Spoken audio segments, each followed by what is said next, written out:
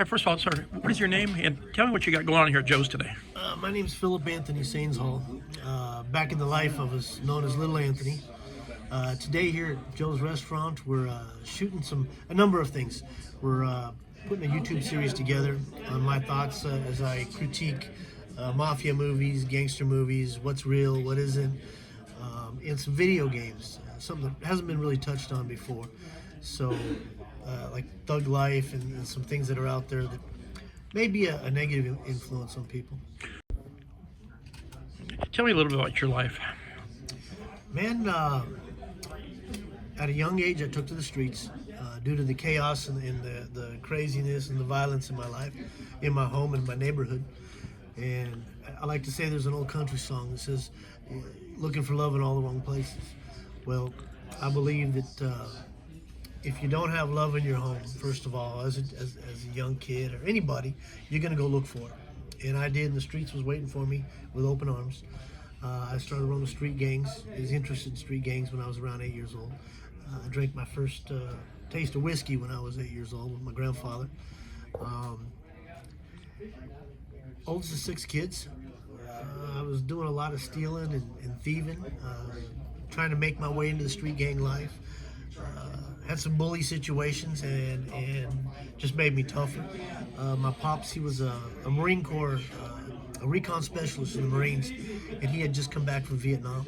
And he had a lot of junk with him, you know. Wasn't his fault, and I'm not picking on my pops, but he had a different mentality for us growing up. And his thing was Semper Fi, get them before they get you, you know, kill or be killed. And he would tell me, you're skinny, you're small, you got big ears. My vision was bad, you know. I'm in kindergarten, I got glasses. By the time I'm in 3rd grade, I got Coke bottles. So I was bound to get in fights anyway. But he would teach me to be tough. He's probably the first guy to beat me up in my life. And he had a lot of frustrations too. He brought home. And then kind of your life after that, after growing up. Robbing and stealing. I joined the Warlords. I got jumped in, became a member of the Warlords. A bunch of older guys took me under their wing. I wanted to be my own leader one day of the Warlords. That was my goal. It wasn't to do well in school. That wasn't talked about. How you're doing in school, how are your grades, none of that was ever discussed. But on the street, it was like, you do this, you do that, man, you can become the leader, man. First you got to become one of us. So I joined in, got jumped in. 8 to 13, just chaos, you know, thieving, stealing, robbing. I did have my Lord Jesus was in my life, implemented by my grandmother and certain people, but I never took it. It didn't quite grasp me. I robbed the wrong guy one day. 13 years old, there was a supermarket in our neighborhood, and it was called Giovanni's Supermarket, Giovanni's Restaurant, Giovanni's Bakery, Giovanni's Hardware Store. So you get where I'm going with this strip mall. I used to collect football cards and baseball cards as a kid, and I just didn't like paying for them. So me and my buddies would hit a store every once in a while on our bicycles, and a couple of us would go distract the clerks and whatever, and I would stuff my pockets full of the cards, and we'd take turns. And this particular time I was stuffing my pockets, and this big voice said, "Hey kid, what are you doing down there?" And I was like, "Hey, man, why don't you mind your own business, man?" And he goes, "Are you stealing?" And I told my friends, "Hey guys, we've been made, so let's get out of here." We're running out the store, we get on our bicycles, and we're heading out the parking lot, and that big guy comes running. Big monster guy, man, monster of a guy. And I remember looking back, and he was huffing and puffing. He barely made it to the curb. He was probably 400 and some change. And I remember looking at my bicycle, and I go, "You'll never catch me, you fat bastard." And I took off. A year later, I'm walking home from school. For some strange reason, I'm not with my gangster friends. And I'm walking by this strip mall that I had robbed. And I didn't think nothing of it. I'm smelling the bakery, and I'm walking by the restaurant, and all of a sudden somebody grabs me. Bam! Yanks me out of my shoes. I'm getting thrown against the wall. I'm getting ran down to the back of this restaurant. Slams me in this area. It was like a busboy station. And smacks me in the face, bloodies my nose, and he says, "I'll never catch you, you fat bastard." That's what you told me? And I was like, whoa. And he said, I go, what are you gonna do, call the cops, man? And he goes, you think the cops are gonna pay me all the stuff you've been stealing from me? No, here's how you're gonna pay me back. You're gonna go home and tell your father what you did to me, and then you're gonna be here tomorrow with black pants and a white shirt. You're gonna come to work for me and pay me off. Needless to say, I never went home, told my dad any of that stuff. And I walked a wide girth around his restaurant. I didn't go that way home the next day. A couple days later, though, I come back from whatever I'm doing. I go into my home and I go to my bedroom, and on my bed is laying a pair of pants, a black pants and a white shirt. And my pops comes in and says, I don't know what you did, but I know who you did it to. You will be at his job tonight. And I went to work for John Giovanni as a busboy. And after that, kind of went to the mobs and everything else? He took me under his wing. He embraced me. He was the first man to ever ask me how I was doing in school, how my life was. And when I told him, man, nobody asked me that, so I didn't know how to answer.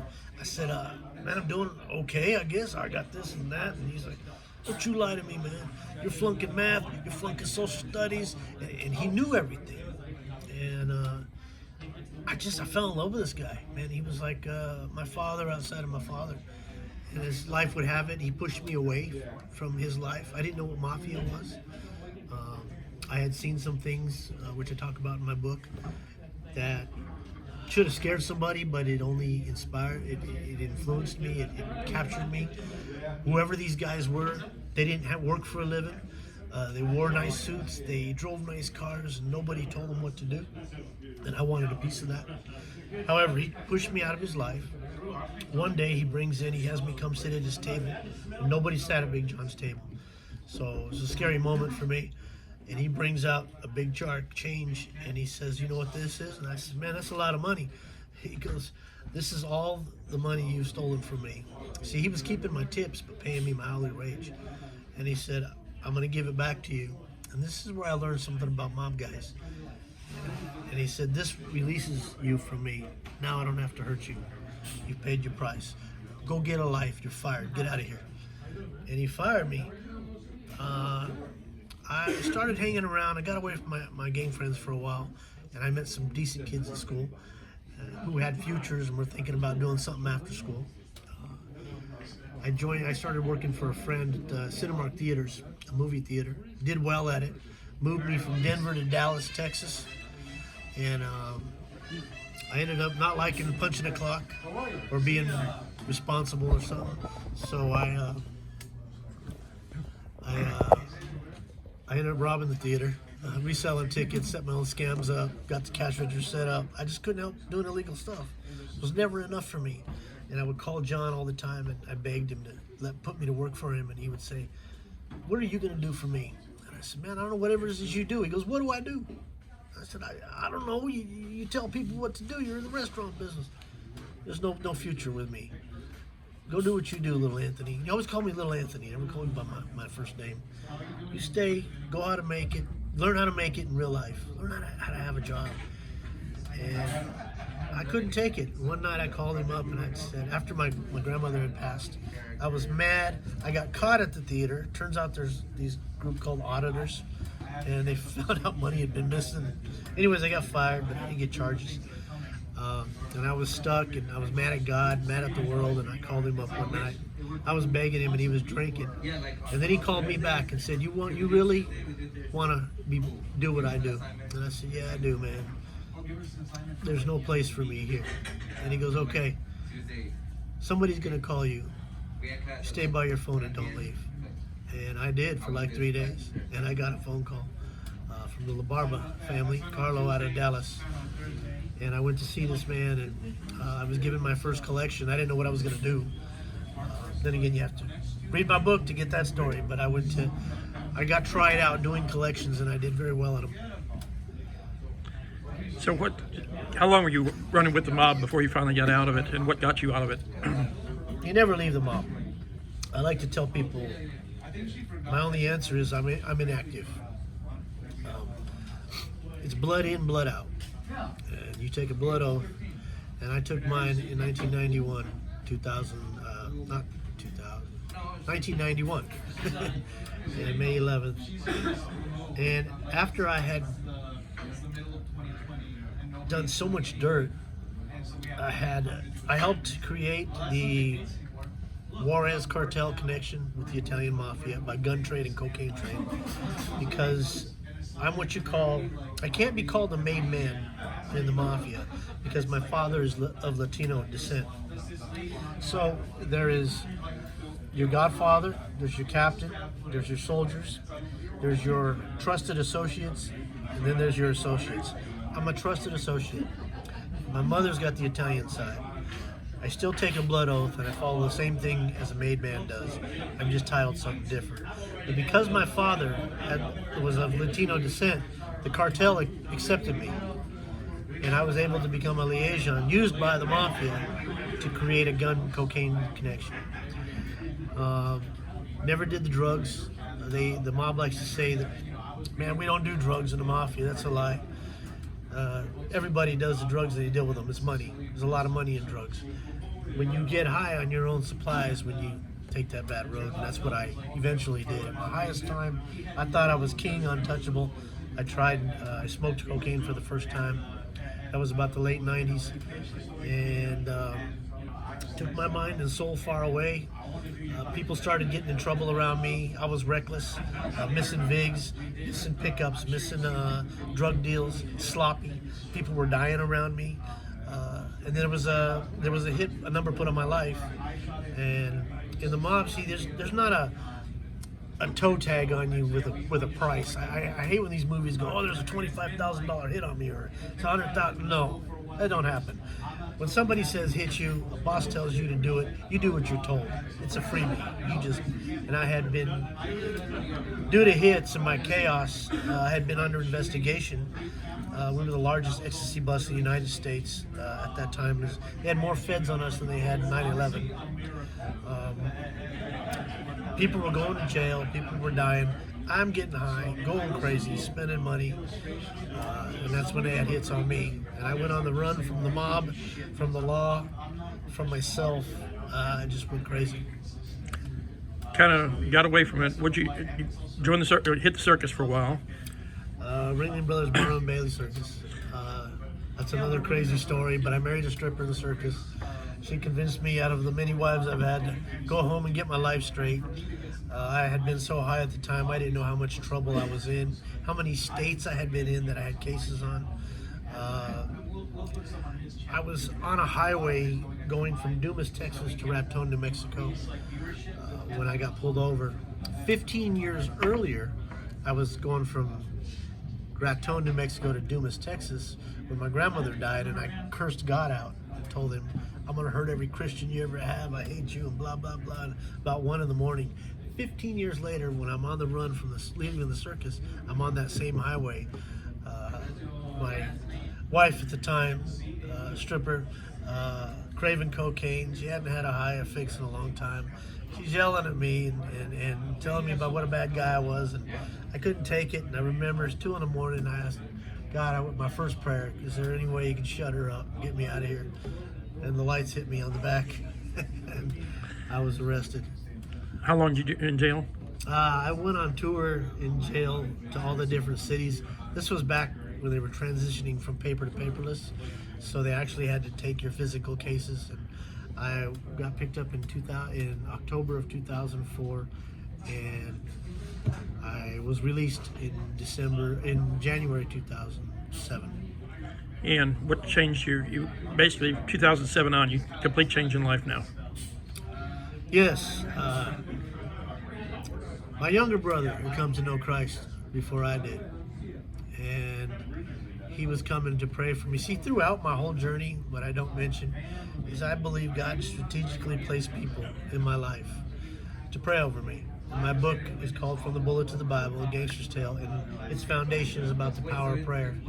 Even though I ran from each person that prayed over me, and I'm telling you, strange people prayed over me. Strangers. I was arrested, and the marshals came to get me in Dumas, Texas, and I'm cussing this guy all the way. He had the worst drive with me from Dumas to Denver. And when he got there, he said, man, I've read your jacket. You've drove me nuts, and I don't even know why I'm going to do this. And the marshal goes, but before I drop you off in Sellyport, we were in Arapahoe County, before I turn you over to the jailer, I have to pray over you. And I was like, what? And he goes, I have to pray over you. I know I'm okay, man. You don't need to do that. And he goes, no, I'm not asking.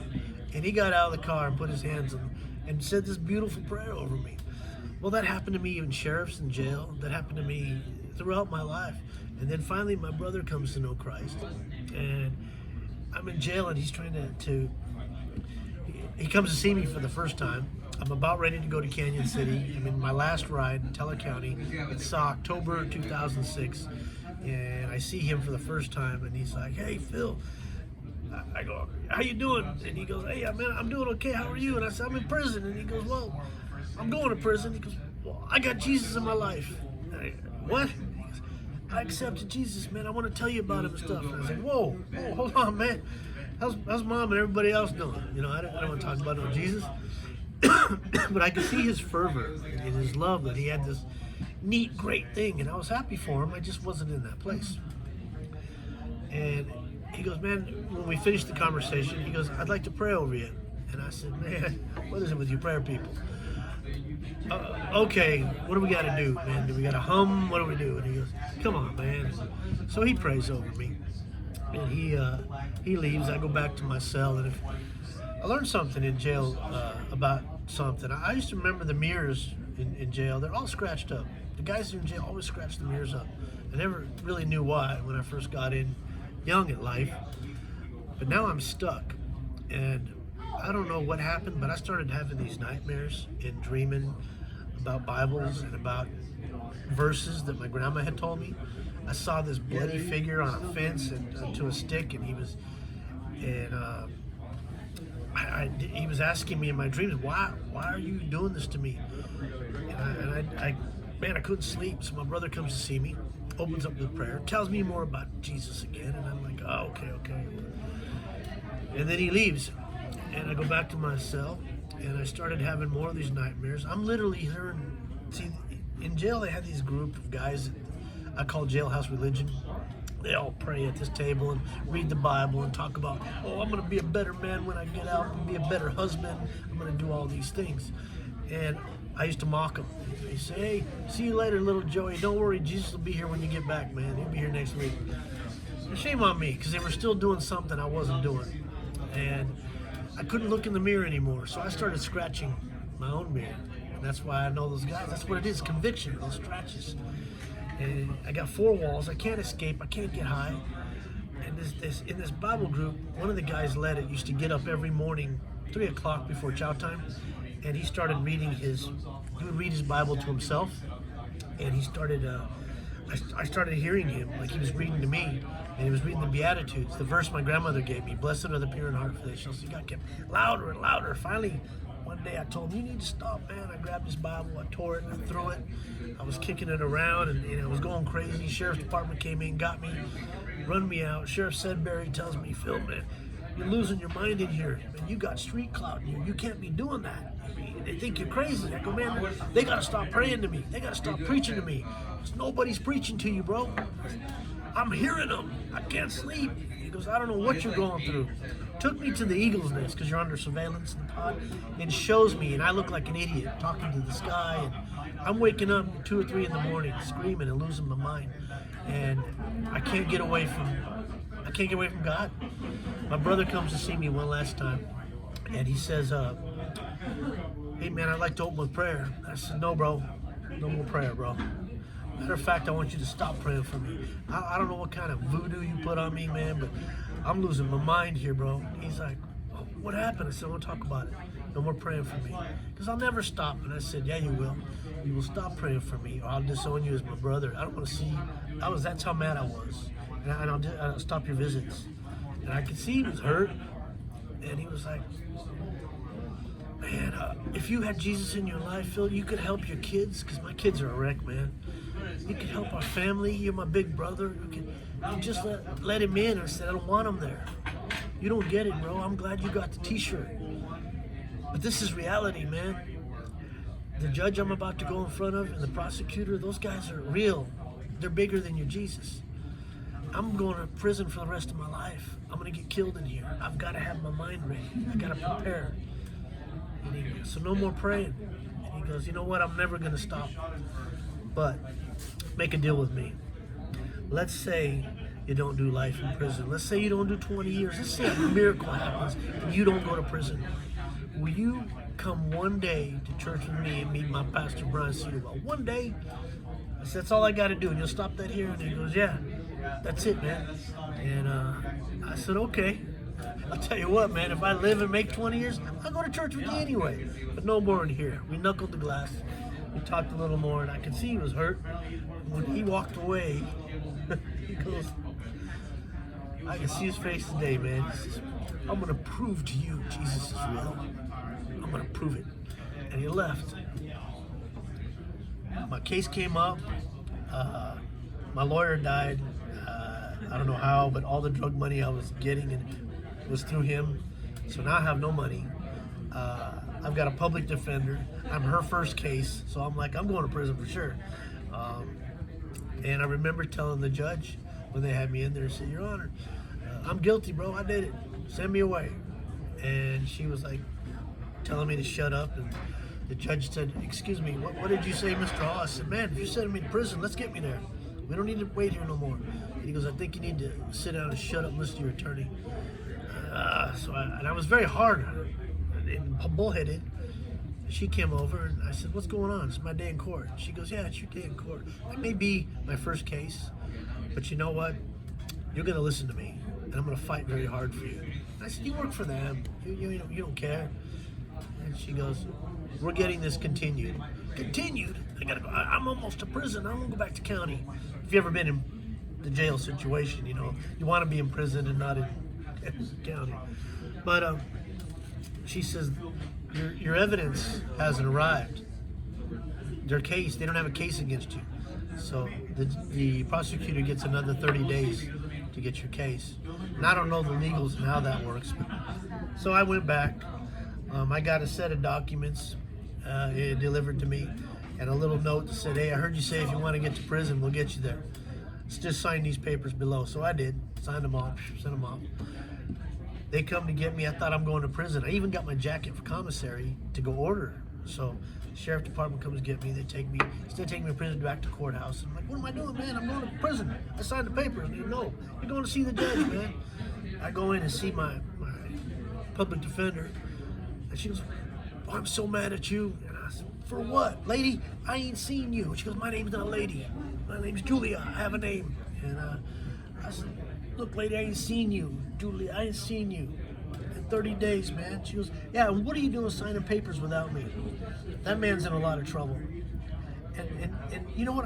I'm really praying over you. And I go, whoa, there's another lady praying over me. I said, why? She said, you keep getting in the way. You know, I don't have to see you. He does. Today's your day in court. Your evidence hasn't arrived. And what's that mean? I got to go back? She goes, shut up and listen. She went up and talked to the judge, and how it works, I don't know, but my time had come, and I have my day in court. And the prosecutor asked for a mistrial, a mishandling of case, trial, whatever it was. And she said no. And I go, what do you take? We could take it. And she goes, no. I asked for, there's no evidence. I asked for a dismissal of all charges against Mr. Hall, and we dismissed his case and move on, let him go. And the prosecutor, the judge talked for a while, and he got reprimanded for the paper, the illegal move. And then he said, you have nothing. He goes, I have it up here. We've been following this man. He's an organized criminal. Your Honor, he's got to go to prison. He goes, you have no case to shut up. Mr. Hall, stand up. And I stood up, and he said, it goes against my better judgment. The state of Colorado today has to let you go because there is no case, no evidence at hand. And I freaked out. And I what's that mean? I'm not going to prison. And see, I'm a father, bro. I got two boys. And my youngest son, I kicked him out of my life when he was 1, and his mama. And my oldest son graduated high school in jail. And I've been a very good dad, whatever. I had 3 bullet holes in me, about 7 stab wounds, a plate in my head. I don't deserve God's grace like that. But that miracle that my brother prayed for, excuse me, it happened. I got to go home that day, and it took them a month to get me back in the system. They waited to the last minute. I mean, I got arrested in Dumas, Texas, in October of 2004, and I'm wearing sweats and a t-shirt. Now I'm in Denver, and it's 2007 January, a foot of snow on the ground. They waited till my case was dropped in December, 30 days to get me back into Denver from Teller County, and 11:59 p.m. with a bus token and a check I can't cash. And my brother, who lived in Pikes Peak, where the jail I was going, lived 3 or 4 hours away. I didn't have no place to go when I left, so I was going to my mother's house. I got a lot of explaining to do there, so I wasn't going to be welcomed home. But she was gone out of state, and my brother happened to be house sitting for her. I didn't even know. And I pound on the door at 2 in the morning, and he answers, and he's like, "Phil," and I'm like, "I'm out." And he's like, "Are you supposed to be?" And I'm like, "I think so." I hope so. So we talked all night, and we had some in the morning. I asked him, "Hey, you got a church you're going to, bro?" And he said, "Yeah, Pastor Brian Sainz-Hall, Denver church, man. You want to go?" And I said, "Nope, I don't. But we had a deal, and something's going on here, and I need to find out what it is you know that I don't know or don't have." I met Pastor Brian Sainz-Hall, and I started, I didn't accept Christ right off the bat, but I started studying and reading and learning, and kind of reminds me of my grandmother, because on her deathbed she told me, she always asked me to please bring Jesus to my life, please, because she loved him so much. And she got a bunch of hellions brothers as her kids. I mean, we got Hell's Angels on one end, I got Sons of Silence on the other. We're surrounded by biker gangs. I mean, I grew up in that kind of atmosphere, and she was the rock. And she told me, she passed away December 2nd, 1989 at 3:23 p.m. I watched her redline. Before she redlined, she told me, "When you accept Jesus, someday my little Philip's going to tell the whole world what Jesus did for him." And I'm like, "Ah, if you could see me now,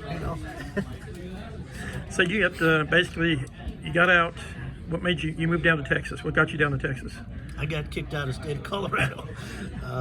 Turns out the government, when they get mad at you, they get mad at you. So they discontinued my rights as a functioning citizen. And I believe the term's called excommunication. And it's a $20,000 fine if I cross the state line, with a court date to be determined. They like to say gangster bought judge off, somebody got paid. Man, I didn't have no money. That's Hollywood. I was dead broke, and they were against me. What I learned was that it was a time where they were transitioning from paper to paperless. Now you go to jail, the court comes to you. It's on monitor.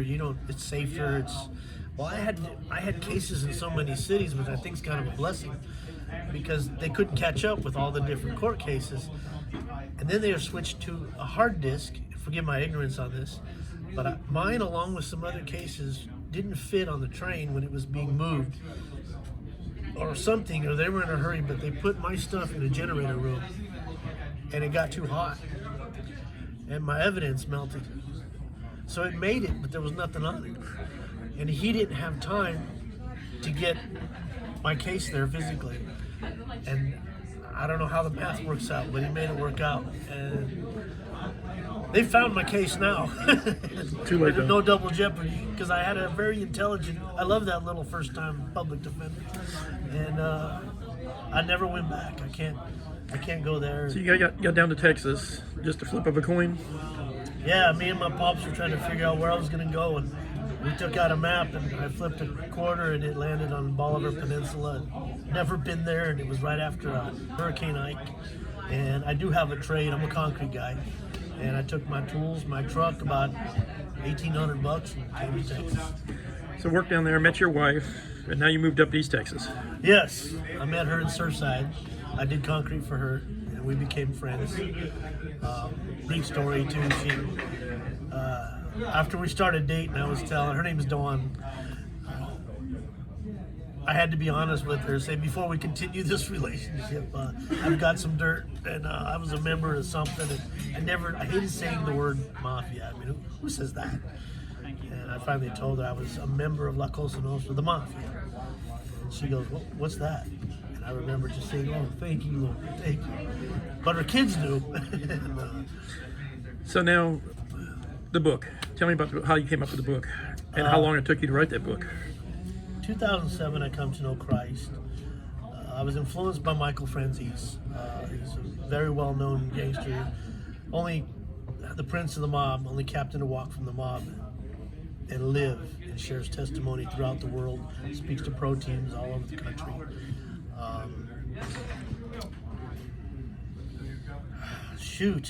My pastor, a bunch of people other than me were telling me, you need to tell your story. I mean, you need to tell your testimony. And nah, I don't want to do any of that. I want to be left alone and figure out how I'm going to make it in real life. My first job I got down here was in one of the chemical plants. And I remember getting my first check. A friend set the job up for me. And I remember looking at it, and I went to go see him. Billy Touche was the boss. He's passed away now. And I remember there's a problem with my check. See, I agreed to come on at $25 an hour. And I got my check and it's got all these deductions. So I went to go see him. And I said, "Hey man, what's the problem here?" And he was like, "What's going on, Phil?" And I said, "Man, $25 an hour." And he said, "Yeah, that's what you got." I said, "No, I didn't." "What's this FICA? What's this?" "These bills are taxes. We pay them." I go, "I don't." And he goes, "I go, take that off." And he said, "No, I can't do that." And I really argued with this guy. And my friend, she had to come down and tell me, "No, Phil, that's part of life. That's part of." So I didn't know how to do that. And so I got in the system, and I've learned to live and function. And after I had met my wife, I'm always under surveillance somewhere. So it's not a strange thing to run into a mob guy, or a Fed guy, or somebody that I know is just out of place and investigate. Maybe they're checking in. I'm okay with that now. Back then, I was kind of I didn't like law, and I despised them, actually.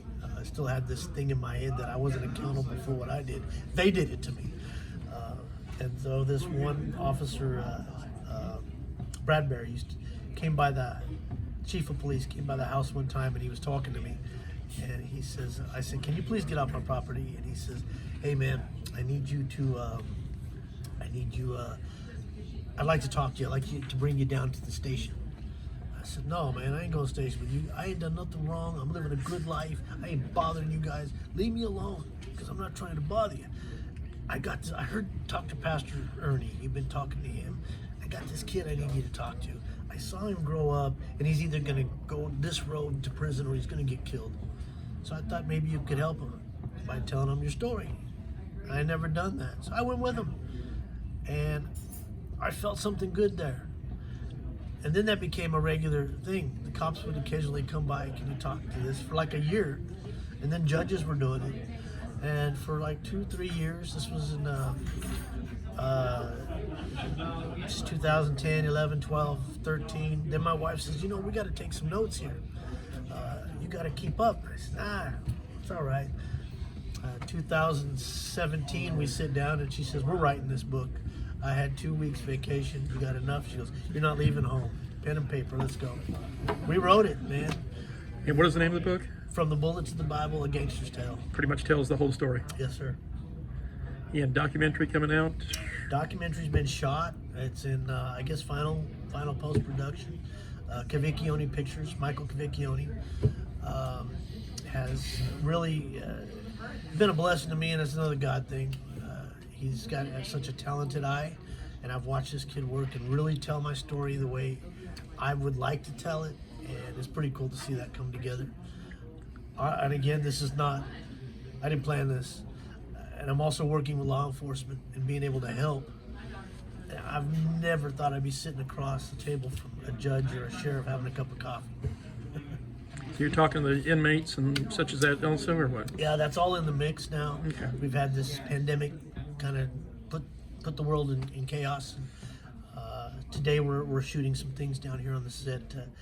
Part of the documentary, part of my take on the current influences of mob movies and gangster games that kids and people youth play, whether they're real and not real, and what I think of them. All right.